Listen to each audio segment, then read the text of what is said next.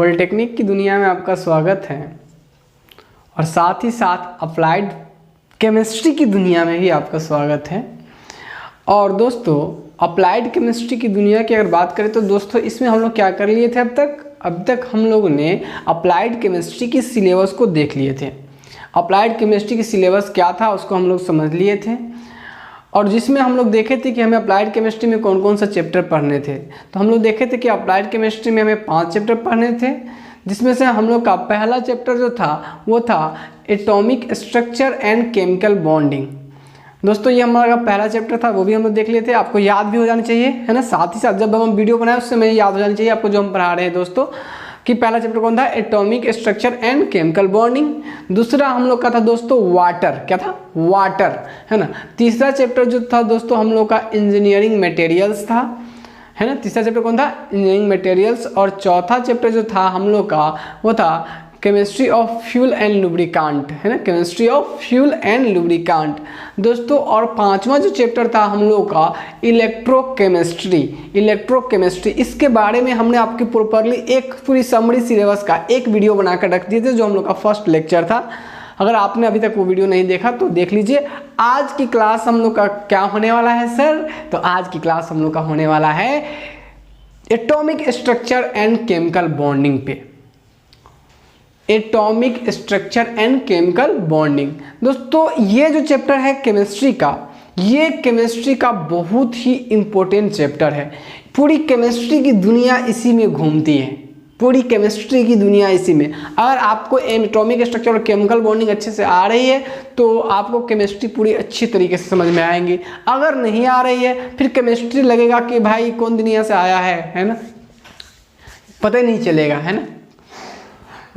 Chemistry को हम पढ़ रहे हैं कि हमको केमिस्ट्री पढ़ रहा है समझ में नहीं आएगा, है ना। तो ये कब होता है दोस्तों, ये चैप्टर अगर आपकी वीक रहेंगी तो केमिस्ट्री से आपका कोई रिश्ता नाता नहीं बन पाएगा। मतलब कुल मिला के कहना होगा सर क्या हम लोग को केमिस्ट्री एटॉमिक स्ट्रक्चर और केमिकल बॉन्डिंग को ज़बरदस्त बनानी चाहिए। एग्जैक्टली दोस्तों, अगर केमिस्ट्री से रिश्ता नाता रखना है थोड़ा भी तो ये इसको आपको ज़बरदस्त बनाना पड़ेगा। और कहेंगे सर रिश्ता नाता क्यों रखेंगे, तो क्योंकि केमिस्ट्री में ही हमारी ज़िंदगी का रहस्य छुपा हुआ है। पूरी ज़िंदगी हमारी केमिस्ट्री यानी केमिस्ट्री में ही पूरी घुली मिली हुई है।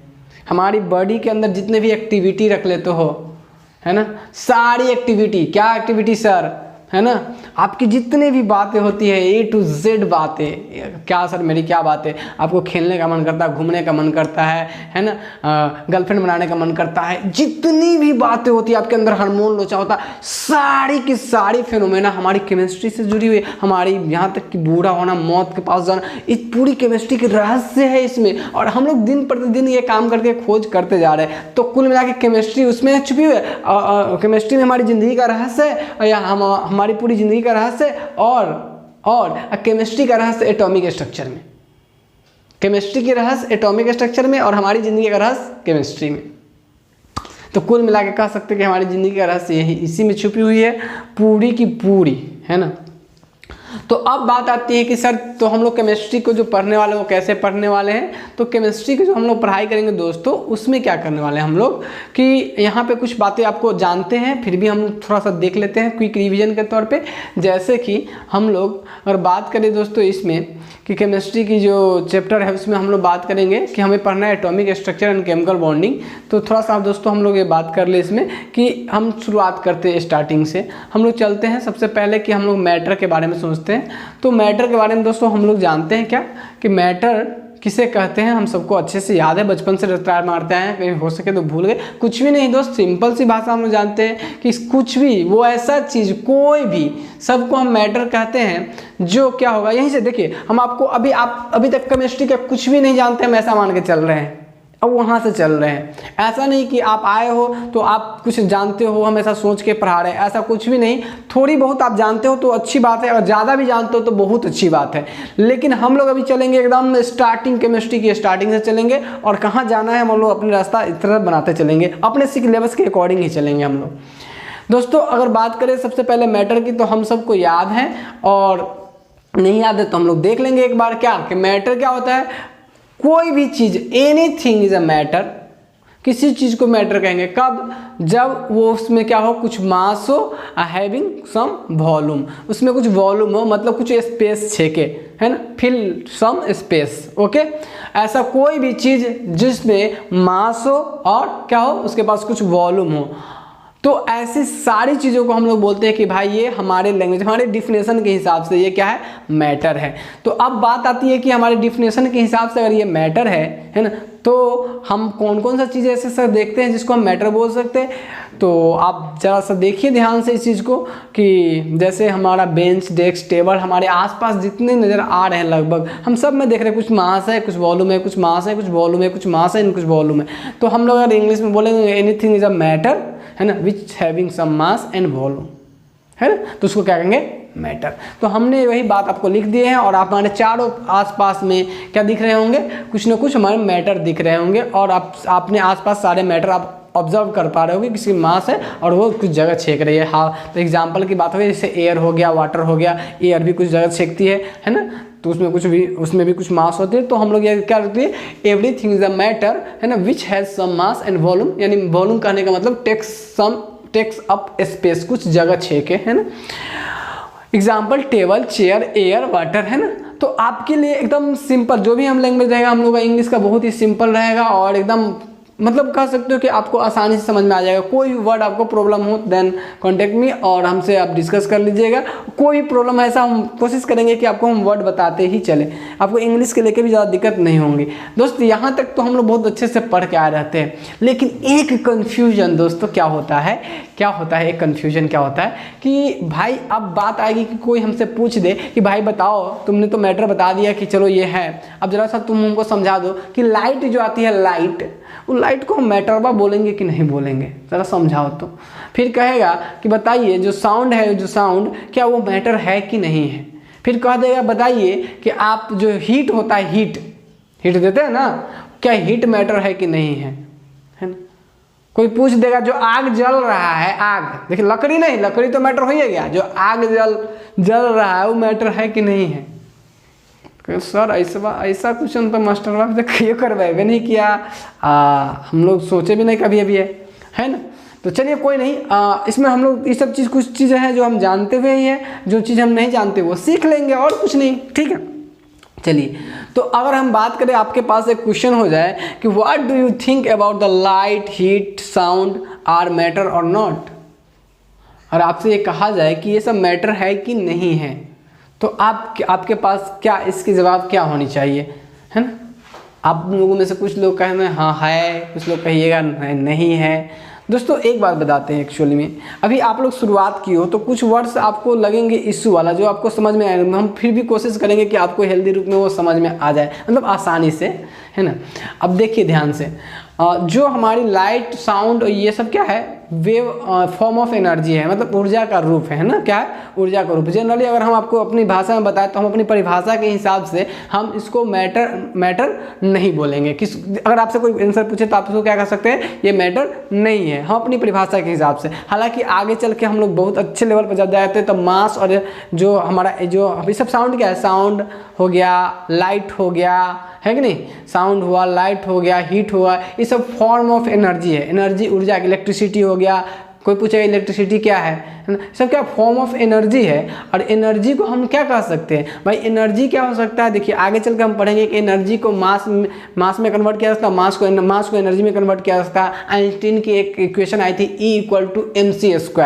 E=mc², अभी उसकी चिंता हमें नहीं करनी है कि E=mc² क्या होता है, लेकिन एक इक्वेशन आगे चल के तो एडवांसमेंट पे, अगर हमारी बेसिक लेवल पर अगर हमसे कोई क्वेश्चन पूछे कि भाई बताओ कि लाइट मैटर है कि नहीं है, हाँ साउंड मैटर है कि नहीं, तो हम उसको क्लियरली बोलेंगे कि भाई ये मैटर नहीं है। अगर कहेगा क्यों नहीं है तो कहेंगे देखिए हम अपनी परिभाषा के हिसाब से जानते हैं कि किसी में अगर मास हो, है ना, और वो कुछ जगह घेरे यानी कुछ वॉल्यूम हो, तो हम कहेंगे कि वो मैटर है। लेकिन हम कहेंगे कि देखिए ये चूंकि ये लाइट और ये साउंड जो है, और सॉरी लाइट और हीट ये सब एक तरह का, साउंड तो इलेक्ट्रोमैग्नेटिक वेव की तरह है, लेकिन लाइट और जो साउंड है इलेक्ट्रोमैग्नेटिक एनर्जी है वो। अब ये इलेक्ट्रोमैग्नेटिक एनर्जी क्या होता है सर, आपने हमको तो कुछ आइडिया ही नहीं है। दोस्त अभी आपको इसकी चिंता नहीं करनी है कि इलेक्ट्रोमैग्नेटिक एनर्जी क्या होती है, लेकिन हम आगे चल के आपको अच्छे से समझाएंगे। जैसे अभी आपको बताया कि इलेक्ट्रोमैग्नेटिक एनर्जी आखिर होता क्या है, तो सिंपल भाषा में हम जानते हैं कि देखिए मैग्नेटिक फील्ड और इलेक्ट्रिक फील्ड होती है, दोनों मिला, जब दोनों मिलता है तो वहाँ पे जाके बनता है इलेक्ट्रोमैग्नेटिक वेव्स। आगे चल के बताएंगे आपको, ये सब चीज़ अगले सेमेस्टर में भी आपको सीखना है।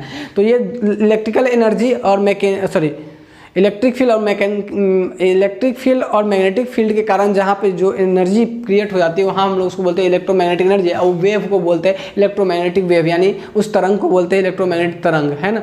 तो आगे चल के हम लोग देखेंगे, लेकिन अभी आप इतना से बताइएगा उसको कि देखिए ये सब इलेक्ट्रोमैग्नेटिक वेव की तरह बिहेव करती है, और इसमें हम इसके जो मास होता है उसको एकदम मेजरेबल नहीं कर सकते हैं, और जो इसकी वॉल्यूम होती है वो भी हम क्वान्टिफाई नहीं कर सकते, जिससे कारण हम लोग क्या कहते हैं उसको कि ये भाई ये हमारे परिभाषा के हिसाब से हमारे मैटर के लिए सूटेबल नहीं है, और इसको मैटर की कैटेगरी में नहीं रखेंगे। बात समझ में आ गई क्या?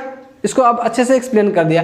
आगे चल के हम लोग देखेंगे मैटर एनर्जी इंटर कन्वर्टेबल है ना, आइंस्टीन की इक्वेशन से आया, आगे चल के फर्दर। लेकिन अगर आपके लेवल में ऐसा कुछ पूछे तो वो हमारे थॉट प्रोसेस पे डिपेंड करता है कि हम उस चीज़ को बात को कैसे एक्सप्लेन करें। तो हम आपको सिखा दिए कि अगर कोई भी आपसे ये पूछे तो उसको बोलिए कि हमारे परिभाषा के हिसाब से ये एक एनर्जी का फॉर्म है, और कभी भी हम ये नहीं कह सकते हैं कि लाइट है ना, लाइट को हम कितना मास का, लाइट का मास कितना हुआ है ना, साउंड का मास कितना हुआ, इलेक्ट्रिसिटी का मास कितना हुआ, ये हम कभी नहीं मेजर करने जाते। स्वाभाविक है एक फॉर्म ऑफ एनर्जी के रूप में लेते हैं, तो हम इसलिए उसको क्या कहेंगे कि जब उसका मास हम कभी कंसिडर करने नहीं जाते, तो हम अपने परिभाषा के हिसाब से उसको कैसे रख ले मैटर में।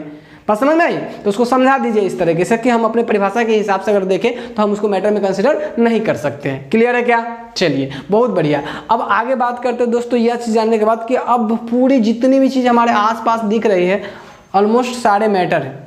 आसपास दुनिया में जितनी भी चीज़ें हैं उस सब को, ज़्यादातर चीज़ें तो हमें मैटर ही दिखता है या फिर फॉर्म ऑफ एनर्जी दिखता है, क्योंकि हमको पता है ऑलरेडी कि हमारी जो दुनिया है, हमारी और आपकी सबकी जो दुनिया है वो बाबू क्या चीज़ से, एकदम सिंपल भाई एनर्जी और मैटर का गेम है। एनर्जी और मैटर का गेम है, जहाँ भी है एनर्जी एक फॉर्म से दूसरे फॉर्म में बदल रहा है, मैटर को हम एक जगह से दूसरी जगह ले जा रहे हैं। मतलब पूरी हमारे आसपास हम आप सब जब मैटर है तो पूरी गेम मैटर का ही तो होना है। पंखा, टेबल, बेंच, डेस्क, सारे मेरी कोचिंग इंस्टीट्यूट, पॉलिटेक, सब क्या है भाई मैटर हुआ है। अब मैटर नहीं तो आप फिर बाकी जो पंखा चल रहा है एनर्जी, लाइट आ रहा है एनर्जी, बाकी हम इलेक्ट्रिसिटी से चल रहा है सब एनर्जी, तो बाकी दो ही चीज़ का गेम है पूरी जिंदगी। हाँ, एक मैटर और एक एनर्जी, और तीसरी इस एनर्जी के कारण आता है हमारे पास मोशन, है ना। तो वो मोशन के भी अलग मामला है ना। तो मोशन और एनर्जी और मैटर इनकी ही गेम है पूरी हमारी ज़िंदगी। और इसी ज़िंदगी में जब हम लोग जीते हैं तो इन्हीं चीज़ों का यूज कर करके जीते हैं, और कोई इन्हीं चीज़ों का यूज कर करके पैसा कमा रहा है। सब समझ में आया? तो इसी का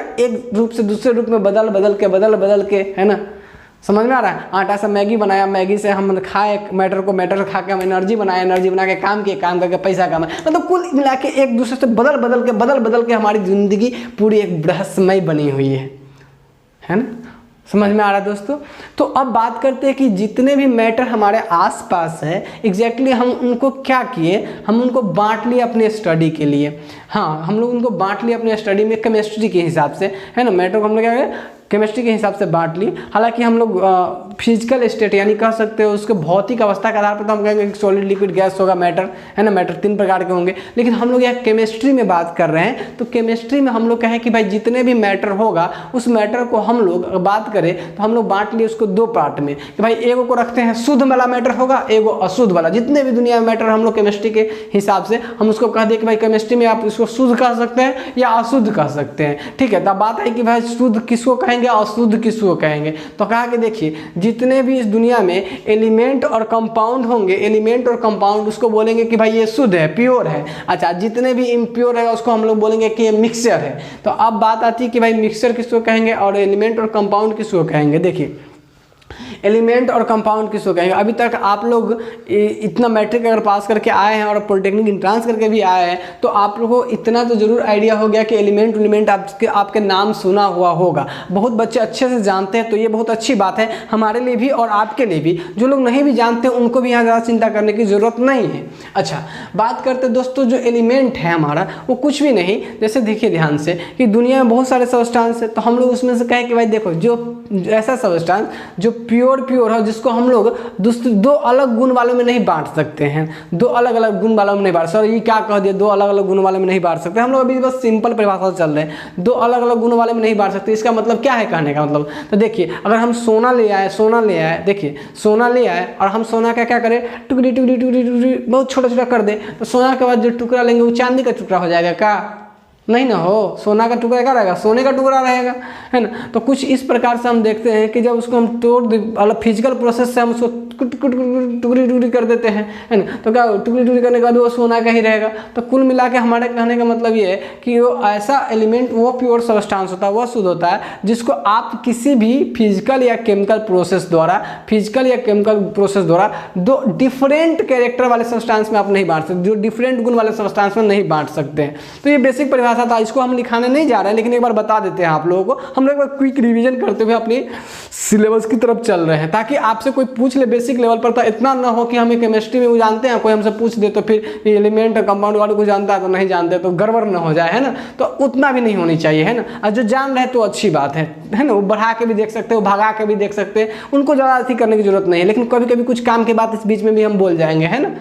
जो पढ़े हुए उनके लिए भी ये काम के हो सकता है, क्योंकि जैसे आप देखें एयर लाइट के बारे में, तो हो सके आप पढ़े हो जानते हो तो अच्छी बात है, लेकिन ज़्यादातर देख रहे हैं कि ऐसी कुछ बातें आ जाएंगी। तो देखिए अभी हम लोग क्या किए कि उतने सारा, ये तो कहेंगे सर उसमें से दुनिया में कितना ऐसा होगा जिसको हम प्योर एलिमेंट के रूप में देखते हैं। तो दोस्त अभी तक ले हम लोग जो, चाहे कुछ हमको प्रकृति में ही मिल गया हो ऐसा सब्सटेंस, ऐसा वस्तु में मैटर हमको प्रकृति में ही मिल गया हो, या फिर हमने उसको क्या किया है, बनाया है, तो ऐसे कुल मिला के 118 एलिमेंट अभी तक हम लोग ढूंढ लिए। उसमें से कुल मिला के हम लोग मेटल और नॉन मेटल और सेमी मेटल में बांट लिए, उसके गुण के आधार पर, है ना, मेटल, नॉन मेटल और सेमी मेटल में। ये चीज़ें बाद में हम चर्चा थोड़ी बहुत कर लेंगे, क्योंकि हमें हमारे सिलेबस का पार्ट यहाँ पे है नहीं, लेकिन इसकी चर्चा भी हम कर लेंगे कि मेटल, नॉन मेटल और सेमी मेटल क्या होता है, वो चीज़ की चर्चा करेंगे जब आपको इलेक्ट्रॉन के बारे में समझा देंगे, कॉन्फ़िगरेशन समझा देंगे, तो केमिस्ट्री के लैंग्वेज में ही आपको समझाएंगे, है ना। समझ में आ रहा है। तो कुल मिला के हमारे पास आ जाएगा एलिमेंट में क्या आ जाएगा, मेटल, नॉन मेटल और सेमी मेटल, या इसको बोलते हैं मेटलॉइड्स। ये 3 प्रकार के हमारे पास पूरी एलिमेंट है, आप 118 इसको बांट लिए हैं, है ना। वैसे आपको बताएंगे हम जनरली कि ये इधर 82 के करीब में इधर मेटल रहता है नॉर्मली। अब आपको एक पीरियोडिक टेबल जो रहेगा, हम जब लेक्चर को आगे फर्दर प्रोसीड करेंगे तो उसमें आपको दिखाएंगे पीरियोडिक टेबल में कि किधर मेटल है किधर नॉन मेटल, वो सारी चर्चा आपको सिर्फ एटलीस्ट आपकी केमिस्ट्री हम बहुत ही अच्छा करवा देंगे, उसकी चिंता आप ना करें, सिर्फ बने रहें हमारे साथ और इन्जॉय करें पढ़ाई को, ठीक है दोस्तों। बात करते हैं कंपाउंड को, तो हम लोग बताएं कि जितने भी, अब एलिमेंट क्या किया, एलिमेंट कहा कि भाई देखो भाई हम क्या करेंगे, हमको अगर कोई दूसरा ऐसा मिल जाएगा तो उसके साथ हम चिपक जाएंगे, है ना। तो वो आपस में कॉम्बिनेशन करना शुरू किया, है ना, एक फिक्स रेशियो में आपस में मिलना शुरू किया, आपस में 2 एलिमेंट आपस में फिक्स रेशियो में मिलना शुरू किया, और वहाँ से बन के आया कंपाउंड। दोस्तों आगे चल के हम आपको बताएंगे कि कंपाउंड और मॉलिक्यूल में क्या अंतर है। हालांकि आपको आगे चल जब मॉलिक्यूल की परिभाषा दे देंगे तो आपको जरूर सिखाएंगे कि कंपाउंड और मॉलिक्यूल दोनों सेम होता है कि अलग अलग होता है ना, क्योंकि बहुत बच्चे को लगता है कि कंपाउंड सेम होता है, मॉलिक्यूल सेम होता है, अणु और यौगिक दोनों सेम होता है कि अलग अलग होता है ना। तो जैसे अब आप बच्चे, अब चलिए आगे चल के बताएंगे, है ना, अभी ज़्यादा चिंता करने की जरूरत नहीं है ना। आगे चल के आपको बताएंगे कि H2O हुआ तो ये मॉलिक्यूल है, कंपाउंड है, क्या है ना। O2 है तो ये मॉलिक्यूल है, कंपाउंड है। अब आपको लगेगा कंपाउंडो है और ये मॉलिक्यूलो है, तो हम इसकी चर्चा करेंगे कि हालांकि दोनों में बेसिक अंतर क्या होता है, सब चीज़ भी आपको समझ, छोटी छोटी बातें जो आपको अभी तक दर्द दे रही होगी या आप नहीं सोचे, वो सब भी आपको समझाएंगे और सिखाएंगे। देखिए दोस्तों अब बात करते हैं कि हमारे पास जो है बाबू कि कंपाउंड होंगे, तो क्या हुआ, एलिमेंट आपस में जब फिक्स रेशियो में मिलना शुरू हुआ, ये फिक्स रेशियो का मतलब ये हुआ कि फिक्स अनुपात में ये कितना से मिलेगा तो वो बन के तैयार हो जाएगा, है ना।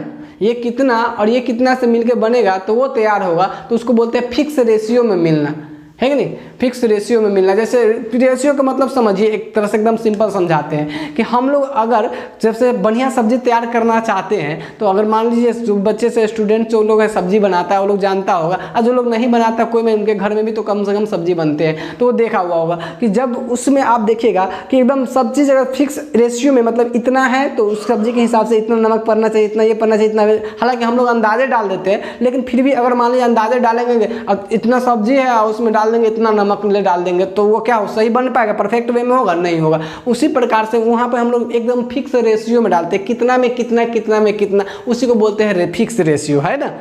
उसको बोलते हैं अनुपात, है ना, समझ में आ रहा है दोस्तों।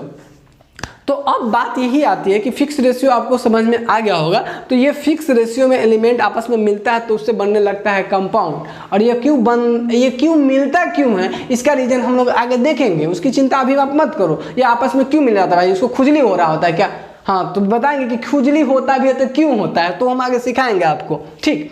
अब बात की तो ये जो कंपाउंड जितने भी थे, ये अभी एलिमेंट जो था हमारा 118 था दोस्तों, और इससे मिलने से बना कंपाउंड, तो ये आज मिलियंस ऑफ मिलियन हो गया है ना। ये आज क्या होगा, मिलियंस ऑफ मिलियन हो गया, लाखों की संख्या में कंपाउंड बन गए। इतने ही आपस में जुड़ के इतना बाल बच्चा पैदा कर दिया, ये मिलियंस ऑफ मिलियन, लाखों की संख्या में 118 एलिमेंट लाखों की संख्या में आज कंपाउंड बना चुका है। तो हम लोग पूरी कंपाउंड को क्या किए ना, फिर से पूरा समझने के लिए अच्छे से हम लोग क्या किए, क्योंकि हम समझ रहे थे कि पूरी जिंदगी हमारी उसी पर निर्भर होने वाली है। तो हम लोग समझे कि भाई रुको एक काम करते, इसको भी बांट लेते ताकि पूरी जिंदगी समझना है तो पूरी बात को अच्छे से समझना पड़ेगा। तो फिर हम लोग कंपाउंड को भी, जितने भी कंपाउंड उसको दो कैटेगरी में रख लिए, एक को ऑर्गेनिक कंपाउंड रख लिए, एक को इनऑर्गेनिक कंपाउंड में रख लिए। तो ऑर्गेनिक कंपाउंड के बारे में बात ये रहा कि भाई देखिए, जितना भी पेड़ पौधा और ये वनस्पति से प्राप्त होने वाले कंपाउंड आगे चल के हम लोग देखेंगे कि कार्बन और हाइड्रोजन के कंपाउंड जनरली ऑर्गेनिक कंपाउंड में होते हैं, कार्बन और हाइड्रोजन के। तो इस चीज़ में बात करेंगे, है ना।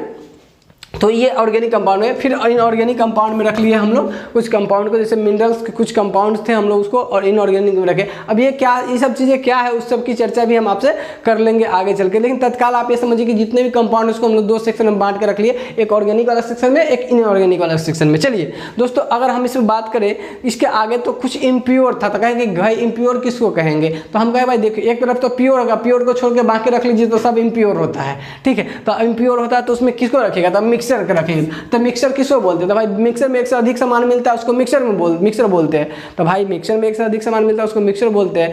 तो कुल मिला के कहने का कि उसमें भी मेटल भी एक से अधिक एलिमेंट मिलने से कंपाउंड बन रहा था, और मिक्सर भी एक से अधिक चीज़ों से मिलने से बन रहा था। फिर दोनों में अंतर क्या रह गया, तो दोस्त यहाँ पे आपको एक चीज़ बोले होंगे कि एक फिक्स रेशियो में बोले थे, नहीं, एक फिक्स्ड रेशियो में ये था, किसी भी रेशियो में, है ना, ये एनी प्रोपोर्शन में मिलता है, एनी रेशियो, है ना, एनी प्रोपोर्शन, ठीक है, किसी भी प्रोपोर्शन में मिलने से बन जाएगा।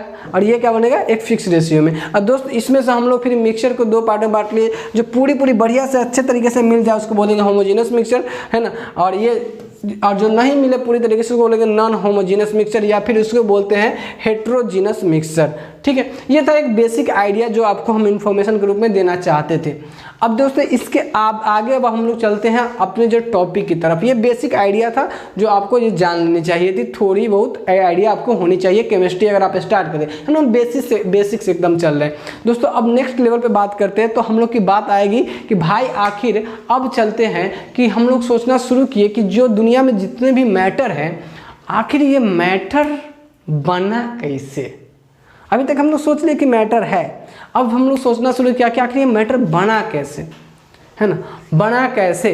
तो चलिए एक आपको एक एजम्पशन दिलाते हैं कि हम चलो कुछ करते हैं कि भाई एक बड़ा सा पत्थर को तोड़ना शुरू करते हैं, और हम चाहते हैं कि सबसे इसका छोटा चीज़ हमको मिल जाए तो हमको पता चल जाए कि वो किस चीज़ से बना हुआ है। तो हम इसको तोड़ना शुरू किए, है ना। तो इस पत्थर को जब हम तोड़ कर जब तोड़ना शुरू किए दोस्तों इस तरीके से, तो हम लोग तोड़ के थोड़ा सा इसको बड़ा में तोड़े।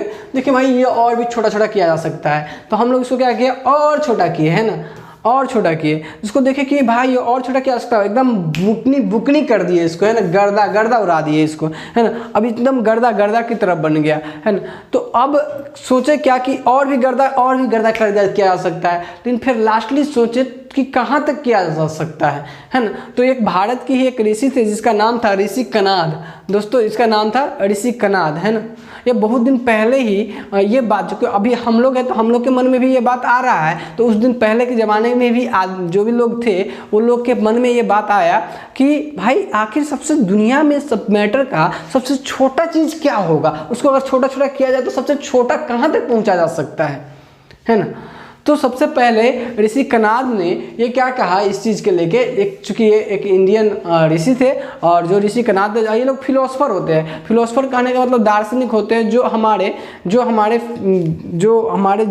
ज़िंदगी में जो भी मतलब भौगोलिक घटनाएं हो रही होती है, जो हमारे अंतरिक्ष से रिलेटेड घटनाएं हो रहे थे, उस सब के रिगार्डिंग वो अपनी मतलब फिलोसफर होता है, दार्शनिक को कहा जाता है, तो उस सब के रिगार्डिंग अपनी थॉट प्रोसेस देते हैं फिलोसफर लोग। तो उन लोग को प्रॉपर इस सब के बारे में मतलब बढ़िया से सोचते रहते हैं इस सब चीज़ों के बारे में, कि आखिर ये दुनिया हमारी जो दुनिया में जो घटनाएं हो रही वो किस प्रकार से हो रही, उन सब चीज़ों के बारे में अच्छे से सोचते हैं। तो ये लोग बहुत बड़े फिलोसफर थे। और ये लोग क्या किए, जैसे ऋषि कनाद क्या किए जो इंडियन है, उन्होंने सबसे पहले कहा कि भाई देखो जो दुनिया से अब ये मैटर को छोटा करते करते जा रहे हैं ना, कि अब उससे छोटा जो अब बच गया लास्ट में, अब उससे छोटा नहीं हो सकता, उसको हम लोग बोलेंगे परमाणु।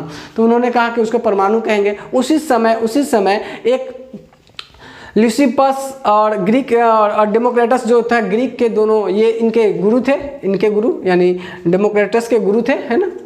तो जो ग्रीक के जो ये ल्यूसिपस था और जो ग्रीक डेमोक्रेटस थे, दोनों ग्रीक के थे, है ना। तो उन्होंने क्या कहा कि उन्होंने पहली बार हमारे जो एटम जो शब्द हम लोग बचपन से सुनते हैं, उस एटम शब्द का पहली बार उन्होंने कहा कि भाई देखो जो दुनिया का सबसे छोटा जो कण है उसको हम लोग एटम बोलेंगे, है ना।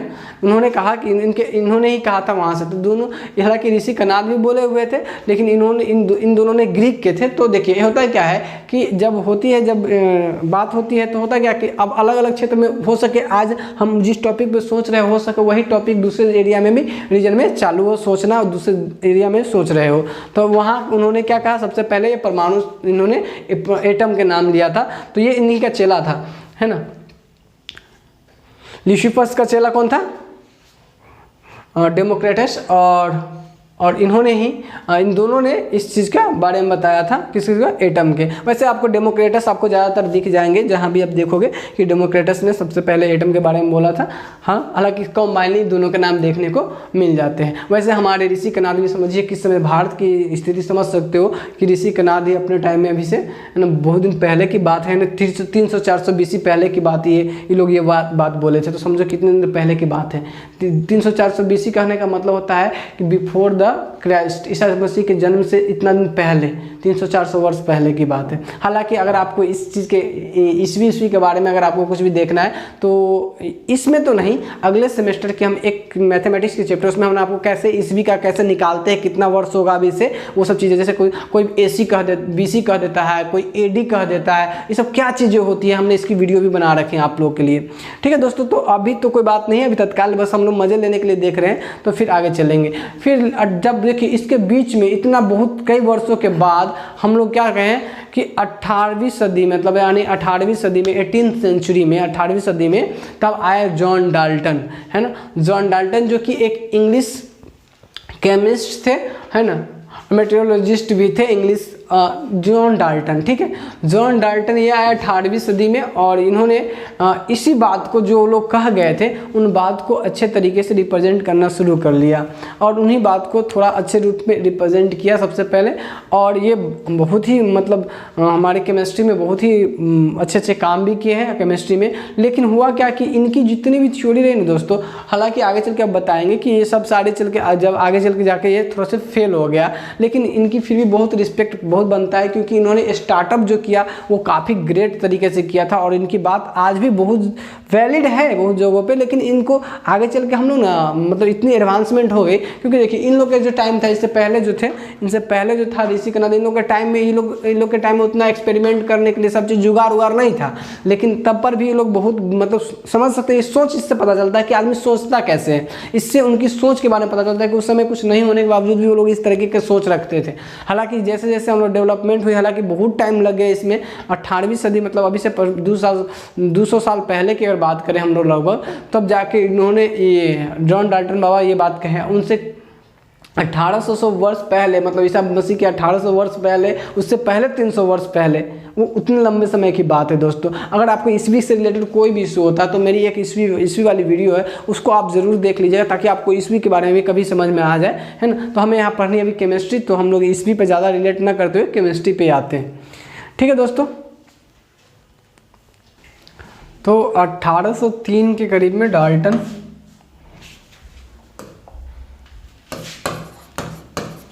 1803 ईस्वी में डाल्टन बाबा की थ्योरी है। और डाल्टन जो था हम लोग का एक जो ये बाबा थे वो इंग्लिश बाबा थे, इंग्लिश मतलब ब्रिटिश है ना, ब्रिटिश मतलब अंग्रेज है ना, अंग्रेज वाले बाबा थे है ना।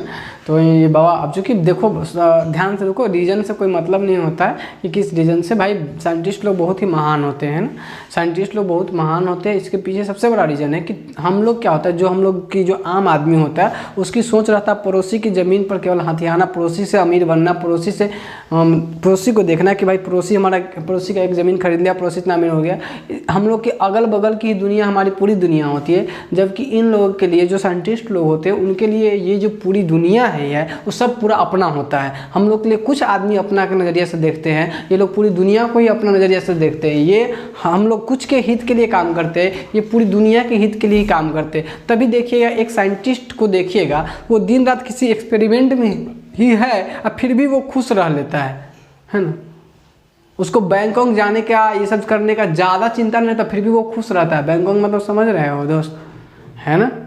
और आगे चलोगे तो फिर और समझ में आएगा, कोई बात नहीं है। लेकिन अब इसमें बहुत समझदार बच्चे भी होंगे जो समझ रहे होंगे, नहीं समझे तो कोई बात नहीं, लेकिन बात समझिए उस चीज़ को कि जो साइंटिस्ट लोग होते हैं अब पब्लिक के हित में काम करके उसको लगता है कि हम पूरी दुनिया के लिए जी रहे हैं, है ना, इसलिए वो खुश रहता है। वो हम सोचते हैं कि अपने पड़ोसी के ज़मीन के लिए, वो लोग समझता है कि पूरी पड़ोसी के ज़मीन मेरा अपना हो जाए तो हो जाए, बहुत बढ़िया। और वो लोग सोचता है क्या कि ये जो पूरी दुनिया है, ये जो पूरी स्पेस है, ये हमारी तो है। मंगल पर ध्यान लगे रहता है कि मंगलों की ज़मीन अब हमार है ना। चांद पर ध्यान रखते चांदों की ज़मीन अब हमार है। हम लोग का जो आम आदमी को सोच रहता है वो पड़ोसी के 2 कट्ठा 4 कट्ठा पर ध्यान रहता है कि अगल बगल का ज़मीन पे। तो ये आम आदमी की सोच और एक साइंटिस्ट की सोच में अंतर होता है। तो साइंटिस्ट चाहे किसी भी रीजन का हो, ये बहुत ही हमारे मानव जाति के लिए पूरे बहुत ही हित में बहुत ही काम करते हैं और इनकी सोच काफ़ी बहुत ही अपर लेवल में होता है। तभी साइंटिस्ट को पगला कहता है। वैसे बात ये होती है कि हम लोगों को जब सामने वाले का बात समझ में आता तो हम लोग को समझ में नहीं आता है, हम लोग पगला कर देते सामने वाले को, है कि नहीं। मतलब मान लीजिए अगर बात की कोई बोल आता हमको समझ में नहीं आया तो पागल हम हुए ना, और वो कोई बात अच्छा बोल रहा है। तो साइंटिस्ट सब की बात तो हम आम आदमी के ऊपर से रहती है क्योंकि उसकी सोच काफ़ी अपर लेवल में रहती है। तो हम ही लोग साइंटिस्ट के लिए साइंटिस्ट सब पागल होता है, सब साइंटिस्ट पागल होता है। अरे भाई साइंटिस्ट पागल नहीं होता, उसकी बात तुम्हारे लेवल से ऊपर में है। लोग बहुत ही महान सोच के इंसान सब होते हैं ना दोस्त। उन्हीं की देन है कि आज हमारी जो दिन की ज़िंदगी की जो रॉयलिटी और क्वालिटी ये सब जो आके रही है वो सब इन्हीं साइंटिस्टों का देन है दोस्तों, है ना। सो साइंटिस्ट कहीं कि बहुत ही रिस्पेक्ट बनता है उनके लिए दिल से, है ना। ये लोग ओरिजिनल रियल लाइफ के हीरोज तो ये लोग हैं, है ना। और सच में लग भी रहे हैं, चश्मा पहने हुए एकदम लग रहा है क्या तूफान है। चलिए ओके ठीक है दोस्त, तो बात कर रहे हैं। तो ये जो जॉन डाल्टन बाबा है वो आए और उन्होंने अपना जो एटॉमिक थ्योरी दी है ना, जॉन डाल्टन एटॉमिक थ्योरी, उसी बातों को रिफॉर्म करके और उन्होंने बहुत अच्छे तरीके से रिप्रेजेंट किया। उन्होंने बताया कि देखिए जितना भी मैटर है, हमने कहा कि मैटर को छोटा छोटा कर देंगे तो सबसे छोटा मिलेगा एटम बनेगा। तो एटम से आपस में मिलकर क्या बनाएगा, मैटर बनाएगा। तो इन्होंने कहा कि जितने भी मैटर है वो सारे एटम से मिलके बना होता है। तो ना all matters are composed by the atoms, है ना। एटम से मिलने से क्या बनता है, मैटर। चूँकि इन्होंने कहा कि हाँ जो छोटे छोटे जो सबसे छोटा वो एटम होगा उसको और भी छोटा नहीं किया जा सकता है, मतलब उसको और भी डिस्ट्रक्ट मतलब टुकड़ा करना, उसको और भी टुकड़ा नहीं किया जा सकता। हम लोग टुकड़ा किए थे ना अभी, तो उसको और भी टुकड़ा नहीं किया जा सकता। तो नॉन डिस्ट्रक्टेबल होता है उसके अलावा, या फिर इनडिविजिबल, डिविजिबल मतलब बांटना, डिविजिबल मतलब बांटना, उसको और भी छोटे में नहीं बांटा जा सकता। तो हम लोग क्या कहें, बाबा डाल्टन बाबा कहे। अब बाबा जो कह दिए तो हम लोग को भी तो बात मानना है अभी इनका, है ना। तो अगर काम निकालना तो देखिए all matters is made of atoms, एक कॉमा दे दीजिएगा यहाँ पे दोस्तों, comma, and atoms are indivisible. ये मैटर क्या होंगे, इनडिविजिबल एंड इनडिस्ट्रक्टिबल। मतलब इंडस्ट्रिक्ट मतलब होता है उसको आप तोड़ और भी छोटा तोड़ फोड़ नहीं कर सकते, या इंडिविजुअल कहने का मतलब है उसको डिस्ट्रक्ट नहीं कर सकते, या फिर उसको और भी छोटे टुकड़ा में बांट नहीं सकते, यानी इनडिस्ट्रक्टिबल और या इंडिविजिबल। तो उन्होंने कुछ नहीं कहा कि मैटर सारे एटम से मिलकर बना था। एटम वह होता है जिसको डिवाइड और भी नहीं कर सकते और या डिस्ट्रक्ट नहीं कर सकते। हालांकि ये बाबा के टाइम के ज़माने की बात है है ना। लेकिन अभी के ज़माने के टाइम की जो बात है उसके बारे में हम आपको बताएंगे कि ये रूल्स, ये ऐसी बात है नहीं कि हम उसको और भी छोटा नहीं कर सकते। आगे चल के हम लोग देखें कि हम लोग उसको और भी छोटा कर सकते हैं। Electron, proton, neutron, positron, neutrino, anti neutrino, है ना, एंटी प्रोटॉन, जो आपका मेसन, है ना। तो बहुत सारे पार्टिकल हम लोग क्या किए, हम लोग और भी इसके छोटे छोटे, इसको और भी इससे भी छोटा पार्टिकल हम लोग ढूंढ निकाले, है ना। तो वो आगे की बातें रही, लेकिन बाबा जो स्टार्टिंग करके गए ये बहुत ही काम के बात करके गए, है ना। उसके बाद ये बहुत बड़ा क्रांति रहा एटॉमिक स्ट्रक्चर के फील्ड में। किसके बाद, जब ये लोग बाबा लोग बात किए थे, वृश्चिकनाथ बोलते, है ना, डेमोक्रेटिस, ये सब जब बात कर गए थे, उसके बाद की बहुत बड़ी क्रांति रही थी ये, है ना। तो सो बाबा का नाम आज भी याद किया जाता बहुत ही दम के साथ, है ना। अब देखिए दूसरी बात इन्होंने क्या कहा, देखिए ध्यान से। पहली बात क्या कहा कि जितने भी मैटर एटम से मिलकर बनते हैं, एटम को और भी क्या कह सकते हैं, डिवाइड नहीं किया जा सकता। वैसे ये ग्रीक वर्ड है एटम, वैसे आपको हम आगे चल के बताएंगे भी कि एक ग्रीक वर्ड है। एटम एक ग्रीक वर्ड है जिसका मतलब होता है इनडिविजिबल। ग्रीक में उसका मतलब क्या होता है, एटॉमस से आया हुआ है। एटॉमिक, जो एटॉमिक वर्ड है, जो एटॉमस वर्ड से निकला हुआ है, जिसका ग्रीक वर्ड से, जिसका मतलब होता है इनडिविजिबल, जिसको और भी डिवाइड नहीं किया जा सकता वहाँ के लैंग्वेज में। तो हम लोग यहाँ बात कर ले, तो अब आगे चल के आपको इसके बारे में और बताएंगे भी कि एटम जब आगे चलेंगे तो तत्काल ही आपको समझ में आ गया होगा। पहला पॉइंट याद भी हो गया होगा कि सारे मैटर एटम से मिलकर बने हुए हैं, और एटम वह होता है जिसको और भी किसके अनुसार, डाल्टन बाबा के अनुसार से। आगे की जो अभी प्रेजेंट की जो थ्योरी है उसके अनुसार तो हम लोग कर ही सकते हैं। अब बाबा प्रेजेंट उस समय जो थ्योरी दिया बाबा का तो बहुत पुराना थ्योरी हो गया, और ये सब जब नहीं वैलिड है तो क्या करते, तो बाबू यहाँ से ही हमारा बेस आया हुआ है ना। अब मान लीजिए मेरे दादा बाबा का बाबा अगर बहुत अच्छा काम करके गए हुए हैं और वहाँ से हमारी बहुत ज़िंदगी में कुछ एक ऊंचाई प्राप्त हुई है, तो बाबा का मानना तो बनता है बाबा को, है कि नहीं। चलिए ये हो गया। इसके बाद बात करते हैं दोस्तों कि इसके बाद ऑल एटम्स, है ना, all atoms given element of a given element are identical in mass and properties, है ना। अब ये क्या कह दिया कि all atoms of a given element are identical in mass and their properties. ये क्या कह दिया, ये बोला कि देखिए हमने कहा कि भाई जितने भी प्योर सब्सटेंस है वो सब एलिमेंट है, और हमने कहा कि जितने भी मैटर, एलिमेंट भी एक मैटर ही है, क्योंकि हमने देखा मैटर की क्लासिफिकेशन, तो एलिमेंट क्या है, मैटर है कि नहीं। हम लोग बांटे थे तो क्या देखते, एलिमेंट क्या है, मैटर है। अब मैटर है तो जितने भी मैटर है सब किससे बना हुआ है, एटम से मिलकर बना हुआ है, और एटम तो एक मतलब एलिमेंट तो एटम से मिलकर बना हुआ होगा, बात समझ में आ रही। तो कहा कि देखिए जितने भी एलिमेंट है, एलिमेंट तो प्योर होता है, तो उनका कहना था कि देखिए जितने भी एलिमेंट है उसके सारे एटम का जो एटम होगा, उसके जो एटम होंगे तो उसके सारे एटम का मास एक जैसे होंगे, और वो होंगे क्या, एंड प्रॉपर्टीज एक जैसे होंगी। एक एटम की मतलब अगर कोई एटम आपको, एक एलिमेंट को दे दिया तो उसके जितने भी एटम होंगे, उस एक एलिमेंट दे दिए आपको, उस एलिमेंट में बहुत सारे एटम होंगे, क्योंकि एलिमेंट हमारा जो होगा वो बहुत सारे एटम से मिलकर बना हुआ होगा। तो वो एलिमेंट जैसे मान लीजिए कॉपर ही ले लीजिए, गोल्ड ले लीजिए, अब इतना लो गोल्ड का टुकड़ा ले लीजिएगा, ठीक है, सोना का, या इतना ले कॉपर का टुकड़ा ले लीजिएगा, या इतने बड़ा ले लीजिएगा। तो इसमें एटम आगे चल के बताएंगे कि साइज क्या है, सब उसकी चिंता ना करें, धीरे धीरे हम लोग का लिंक बहुत बढ़िया बनेगा।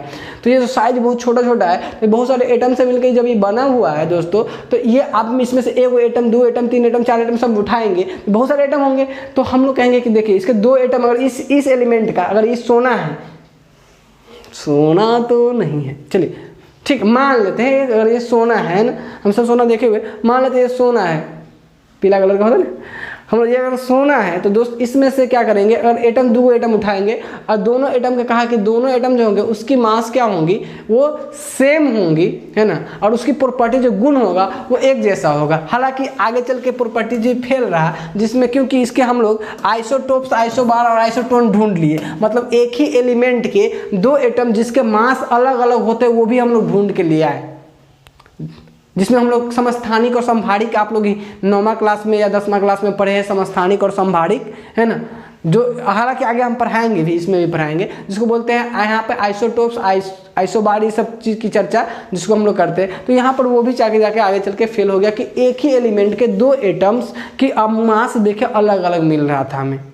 तो वो सब आगे चल के जब डिस्कवरी फर्दर हुई तब की बात है, बाबा के टाइम में उतनी सुविधा अवेलेबल नहीं थी। तो उन्होंने बाबा ये बात भी बोल के वो बहुत बड़ी बात है, तभी तो इस पर जाके आगे चल के खोज हुआ, नहीं तो बाबा ये नहीं बोले रहते तो अब तक हम लोग लटके रहते हैं। चलिए, तो ये 2 बातें आपको अच्छे से समझ में आ गया है ना, ये दोनों बात अच्छे से समझ में आ गया। इसके बाद तीसरी बात जो बाबा बोल के गए कि देखिए compounds are the form by the combination of two or more different kind of atom. तो बाबा बोले कि देखिए कंपाउंड कोई भी बनता है, तो हम लोग देखें कि कंपाउंड कोई भी आपको पता है दो या दो से अधिक एलिमेंट से मिलकर बनता है। तो हम लोग देखे थे दो अलग अलग एलिमेंट जब आपस में मिलेगा तो क्या बनेगा, कंपाउंड बनेगा। एलिमेंट किससे मिला हुआ था, एटम से, तो हम कहेंगे एटम से मिलकर बना तब, या फिर एलिमेंट से मिलकर, एटम से मिलकर कंपाउंड बना तब, या एलिमेंट से मिलकर बना तब, बात बराबर होगी, है ना। तो यहाँ पे उन्होंने क्या कहा कि compounds are form by a combination of two or more different kinds of atom. दो अलग अलग प्रकार के एटम से मिलकर क्या बनते हैं, कंपाउंड। अच्छा दोस्त, आगे उन्होंने कहा क्या कि a chemical reaction is rearrangement of atom. एक केमिकल रिएक्शन जो होता है वो एटम के रीअरेंजमेंट होता है। मतलब अब ध्यान से देखिएगा, जैसे अगर आपको थोड़ी बहुत अगर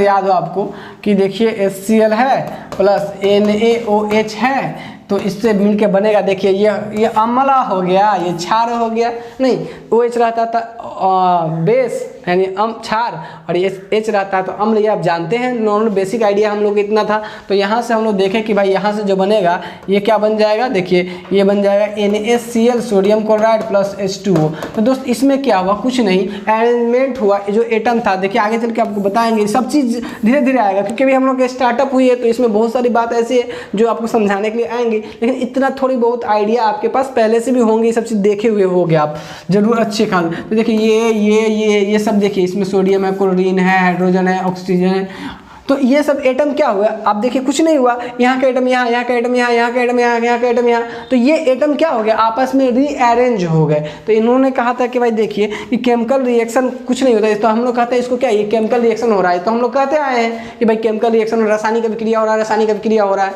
तब जाके बन रहा है अम्ल और क्षार मिलता है तो लवण और जल, यानी एसिड एंड बेस मिलता है सॉल्ट एंड वाटर बनता है, ये कहते आए हैं। तो ये क्या हुआ कि chemical reaction rearrangement of atom है, एटम को रीअरेंजमेंट है। तो इन्होंने इनकी ये जो थ्योरी थी जॉन डाल्टन बाबा की, ये थ्योरी इनकी थी। तो इनकी थ्योरी में कुल मिलाकर हम लोग क्या देखें कि पहला हम लोग देखें कि भाई देखिए जितने भी एटम है, एक बार फिर से क्विक रिवीजन कर लो, जितने भी एटम है, जितने भी मैटर है, सब एटम से मिलकर बने होते हैं। एटम इंडिविजुअल और इंडिस्ट्रक्टिबल होता है, ये बात हम लोग समझ गए।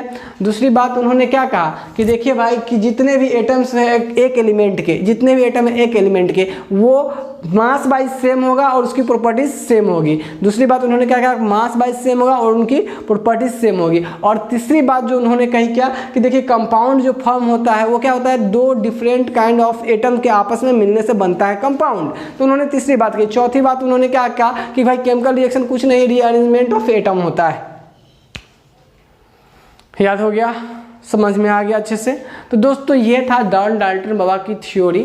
अब दोस्त ये इस थ्योरी के बाद बहुत सारी क्रांति आई, और जिस क्रांति के बाद इसमें हम लोग खोज करना शुरू किए कि भाई आखिर एटम जो आप बता रहे हैं, एटम सब एटम कर रहा है कि नहीं। तो आखिर एटम दिखता कैसा होगा, और जब बोल दिया कि एटम से छोटा कोई नहीं हो सकता है, तो साइंटिस्टों में को भी बड़ी खुजली होती रहती है ना। खुजली क्या होती है, अगर कोई कह दिया ना कि ये नहीं होगा, तब उनको बड़ी खुजली होती है, तब वो खोजेगा कि नहीं ये होएगा, इसमें कुछ ना कुछ जरूर है। अब खोज के हम कर देंगे तो उस जब महान आदमी इतना बात बोला है तो उसको गलत कर देंगे तो हम कितना महान हो जाएंगे। तो उनके अंदर भी ये बड़ा चीज़ जरूर चलते रहता है। आखिर है, देखिए है साइंटिस्ट बात ठीक है, लेकिन आखिर अंतत्वगत है तो वो आदमी है ना। आदमी में गुण होता ही है कि भाई हमको भी कुछ, हमारी भी कुछ अपनी प्रतिष्ठा और मान सम्मान हमारी भी होनी चाहिए। तो इसी के कारण तो जैसे ही बोल देते कि नहीं ये नहीं होगा, तब जब से बोला कि एटम सबसे छोटा होगा, सबके मन में खुजली होने लगा, भाई इससे छोटा भी हम खोजेंगे, है ना। और इसी की खोज में आगे चल के हम लोग देखें कि बहुत छोटे छोटे पार्टिकल, जिसको हम लोग सब एटॉमिक पार्टिकल या कह सकते हैं कि फंडामेंटल पार्टिकल्स, जो छोटे छोटे और भी पार्टिकल हम ढूंढ के लाए और डिस्कवरी करके लाए, जिसका नाम था इलेक्ट्रॉन, प्रोटॉन और न्यूट्रॉन। इसके अलावा हम लोग ये मेन रूप से अभी तक जो बच्चे हैं उनको, जो भी स्टूडेंट होंगे जो खाली मैट्रिक लेवल का, उनको ये इलेक्ट्रॉन, प्रोटॉन, न्यूट्रॉन सुने हुए होंगे। हो सके कुछ बच्चे दूसरा नाम भी सुने होंगे, पॉजिट्रिनो, न्यूट्रिनो, एंटी न्यूट्रिनो, है ना, मेसॉन, ये सभी और भी पार्टिकल्स होते हैं। लेकिन मेन रूप से जो फंडामेंटल पार्टिकल होता है वो आपका इलेक्ट्रॉन, प्रोटॉन और न्यूट्रॉन ही होता है। तो आगे चल के सबकी डिस्कवरी होना शुरू हुआ, तब तक कि हमारे जो सेटअप सब भी है बहुत सारा हम लोग का एडवांसमेंट टेक्नोलॉजी भी डेवलप हो रही थी, तो हम लोग का डेवलपमेंट आगे होते गया और हम लोग उसको डिस्कवरी किए फाइनली। तो हम आगे जो अगला जो लेक्चर होगा उसमें हम लोग डिस्कस जो करने वाले हैं वो इन्हीं सब चीज़ों के बारे में डिस्कस करेंगे कि आखिर एटम उतना ही बड़ा है कि छोटे छोटे पार्टिकल से और मिलके बना हुआ है। तो वो हम लोग का नेक्स्ट लेक्चर में होने वाला है ना। तो नेक्स्ट लेक्चर में हम लोग बात करेंगे इन सारी चीज़ों के, जॉन डाल्टन थ्योरी के बाद वाली बातें, जिसमें बहुत सारी बातें आएंगी। तो हम लोग क्या करेंगे नेक्स्ट लेक्चर में सारी चीज़ को अटेंड करेंगे कि आगे सब एटॉमिक पार्टिकल क्या होता है, इसके अंदर की बातें कैसे होती है, स्ट्रक्चर क्या होता है, जितने भी बातें होंगी सारे हम लोग एक एक करके डिस्कस करेंगे। तो अगर आपको कोई भी सबसे रिलेटेड कोई भी डाउट है या कोई भी क्वेश्चन लगता है तो जरूर हमसे ज़रूर डिस्कस करें। और हम मिलते हैं हम आपसे नेक्स्ट लेक्चर में, है ना। और बहुत ही मज़े में पढ़िए, एंजॉय करके, आपको कोई प्रॉब्लम नहीं होने देंगे, है ना। तो बड़े एंजॉय के साथ पढ़िए और अपने दोस्तों के साथ जरूर ये शेयर कीजिए ताकि उनको भी ये फ़ायदा मिल सके दोस्तों, है ना। ये अगर इसका ये फ़ायदा उठा सके। तो हम मिलते हैं हम आपसे नेक्स्ट लेक्चर में, तब तक के लिए धन्यवाद। जय हिंद, जय भारत।